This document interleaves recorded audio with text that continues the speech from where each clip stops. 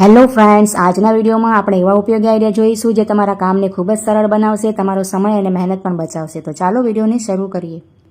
તો જુઓ, ક્યારેક શું થાય કે આ રીતના આપણી પાસે જે પણ નાના ઓશિકા હોય છે ને તેના આપણી પાસે કવર નથી હોતા નાની સાઈઝના. આ રીતના કવર તો આપણી પાસે ઓશિકાના ઘણા બધા હોય, પણ તે આપણે લગાવીએ ને તો ઓશિકાને આ રીતે મોટા થાય છે. જુઓ, આપણે આ રીતે રાખીને તમને બતાવું છું. આ રીતનું જો તમારી પાસે ઓશિકું નાનું હોય અને કવર મોટું હોય તો તેના માટે આપણે શું કરી શકાય? તો તેના માટે તમને એક ખૂબ જ સરસ આઈડિયા બતાવીશ. તો આપણે શું કરવાનું, જે પણ તમારે નાનું ઓશિકું નાખવું હોય ને કવરમાં, એ આ રીતે આપણે તેમાં નાખી લેવાનું. જુઓ, જેવી રીતે આપણે નોર્મલી ઓશિકામાં કવર લગાવીએ છીએ ને એ જ રીતે આપણે તેમાં ઓશિકું નાખી દેવાનું છે અને તેને અંદરના ભાગે આપણે આ રીતે સેટ કરી લેવાનું છે.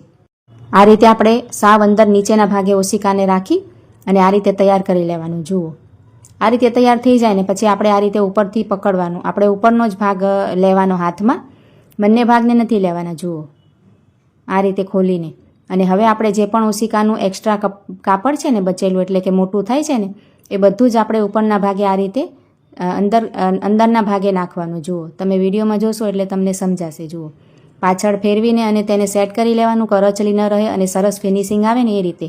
પછી જુઓ, અંદર આ રીતે મેં નાખ્યું છે, હું તમને બતાવું છું. વધારાનું જે પણ ભાગ હોય ને મોટું, એને આ રીતે અંદર નાખી દેવાનું. તો ખૂબ જ સરસ રીતે આપણે ઓશિકું અંદર સેટ થઈ જશે. તમારે જેટલું પણ હશે ને નાનું મોટું જે પણ વધારાનું કાપડ બચ્યું હશે ને એ બધું જ અંદર આપણે એડ કરી દીધું છે.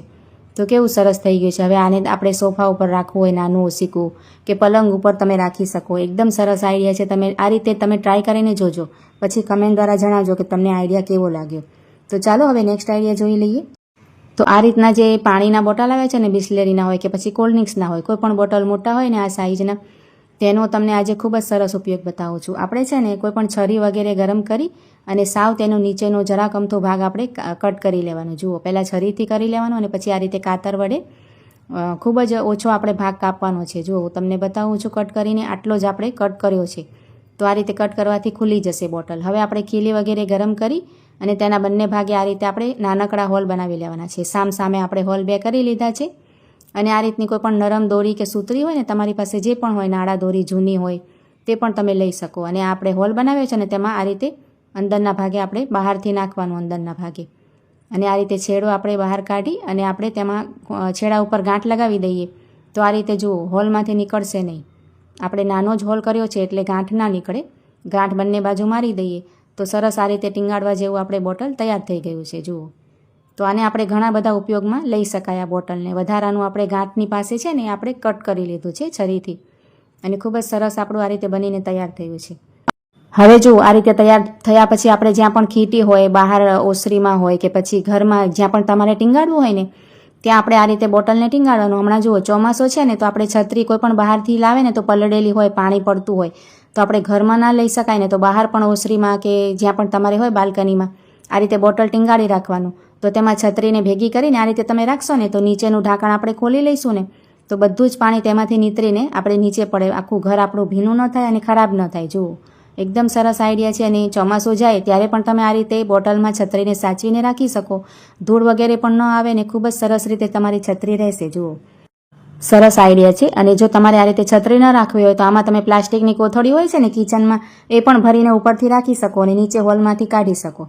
પાસે જે આ રીતના મિક્સરના સૌથી નાનું જાર હોય છે ને, આપણે જેમાં ચટણી કે મસાલો કરતા હોય, તે આપણે તેની ધાર હોય ને થોડા દિવસમાં તમે જોતા હશો કે આપણે આ એકદમ જામ જેવી થઈ જાય, બરાબર ચાલે નહીં. અને અંદર આપણે હાથ નાખીને સાફ પણ ના કરી શકાય, વાગવાનો ભય રહે. તો તેના માટે આપણે તમને સરસ એક આઈડિયા બતાવું છું.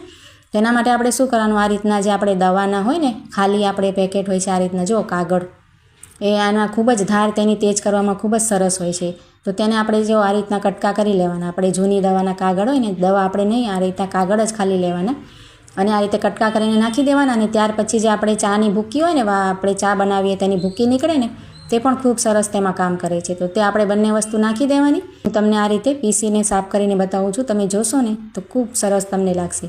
આ રીતે આપણે મિક્સર ફેરવી લેવાનું એક આપણે થોડીક વાર માટે.